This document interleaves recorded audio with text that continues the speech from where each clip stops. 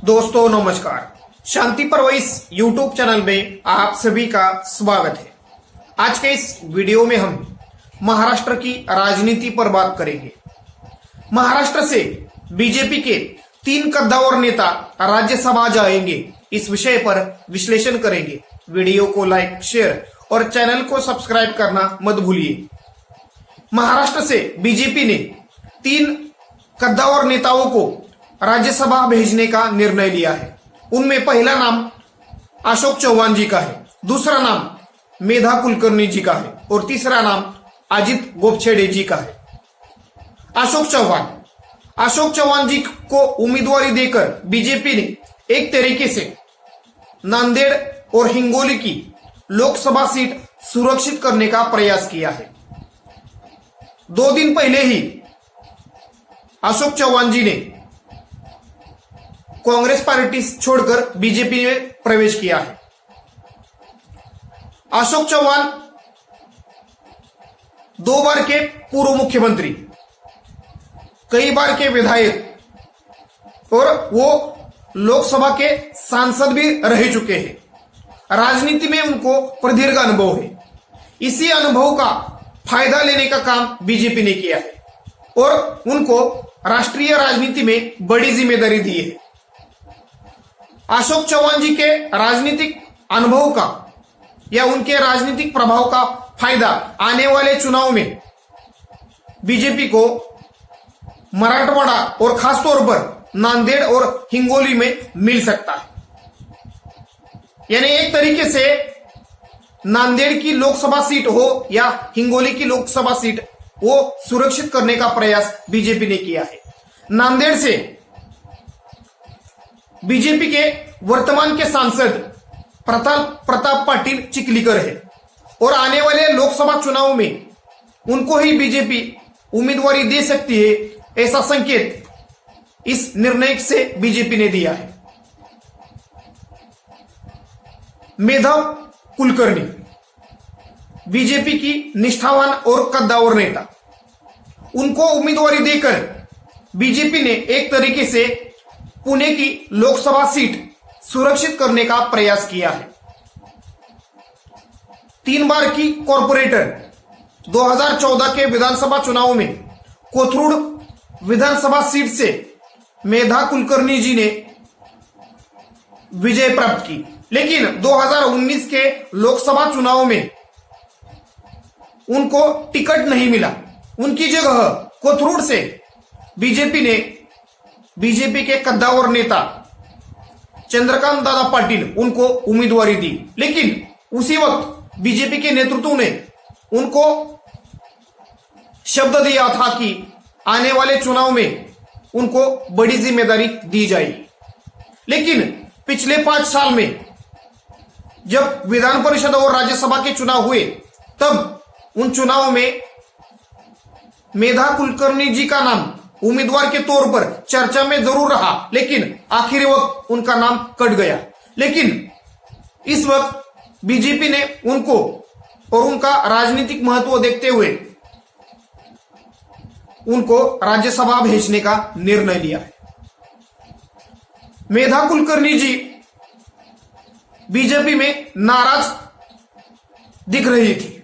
उनकी नाराजगी का परिणाम लोकसभा चुनाव में पड़ सकता था। एक तरीके से उनकी नाराजगी दूर करके बीजेपी ने पुणे की लोकसभा सीट और कोथरूड की विधानसभा सीट सुरक्षित करने का प्रयास किया है।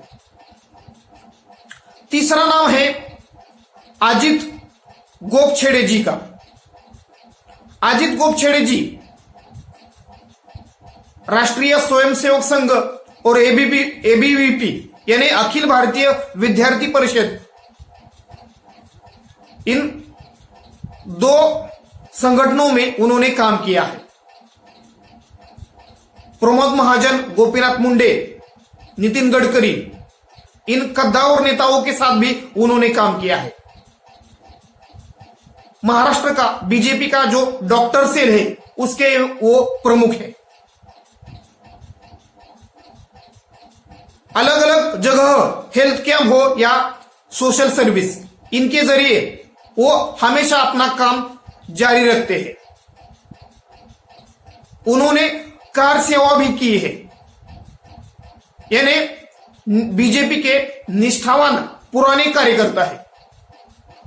उनके राजनीतिक अनुभव का फायदा बीजेपी को आने वाले चुनाव में मिल सकता है। अजित गोपछड़े जी लिंगायत कम्युनिटी से आते हैं। धाराशिव, सोलापुर, नांदेड़, लातूर जिले में लिंगायत कम्युनिटी का अच्छा खासा राजनीतिक वर्चस्व है। एक तरीके से अजित गोपछड़े जी को उम्मीदवारी देकर चुनावी समीकरण साधने का प्रयास बीजेपी ने किया है। बीजेपी का नेतृत्व हमेशा दूर की सोचता है और आने वाले चुनाव में सोशल इंजीनियरिंग हो या अपने राजनीतिक दांवपेच हो, उसके कारण बीजेपी को किस तरह फायदा मिल सकता है और जनता का सपोर्ट बीजेपी की तरफ बढ़ सकता है, इसका हमेशा बीजेपी का आलाकमान एक विचार करता है। बीजेपी का आलाकमान यानी इस वक्त का जो आलाकमान है, नरेंद्र मोदी जी हो या अमित शाह जी हो, वो हमेशा अपने निर्णय से चौंकाते हैं। अजित गोपछड़े जी को उम्मीदवारी देकर बीजेपी ने या बीजेपी के आलाकमान ने एक तरीके से चौंकाया है, क्योंकि 2 दिन पहले महाराष्ट्र के दिग्गज नेता, बीजेपी के दिग्गज नेता विनोद तावडे जी हो या पंकजा मुंडे जी हो, उनका भी नाम राज्यसभा के लिए चल रहा था, लेकिन बीजेपी के आलाकमान ने निष्ठावान कार्यकर्ताओं को उम्मीदवारी देकर पार्टी के कार्यकर्ताओं में एक अच्छा संदेश दिया है और आने वाले चुनाव में उसका एक अच्छा खासा फायदा भी बीजेपी को मिल सकता है। यानी एक तरीके से अशोक चौहान, मेधा कुलकर्णी और अजित गोपछड़े जी, इन तीनों उम्मीदवारों को उतारकर बीजेपी ने महाराष्ट्र में अपने कार्यकर्ताओं को और नेताओं को एक अच्छा सा संदेश देने का काम किया है और आने वाले राजनीतिक चुनाव या चुनावों में राजनीतिक समीकरण बीजेपी की तरफ से कैसे मजबूत हो, उसके लिए एक अच्छा सा दाव चला है। ऐसी भी चर्चा इस वक्त महाराष्ट्र की राजनीति में हो रही है। धन्यवाद। वीडियो को लाइक, शेयर और चैनल को सब्सक्राइब करना मत भूलिए।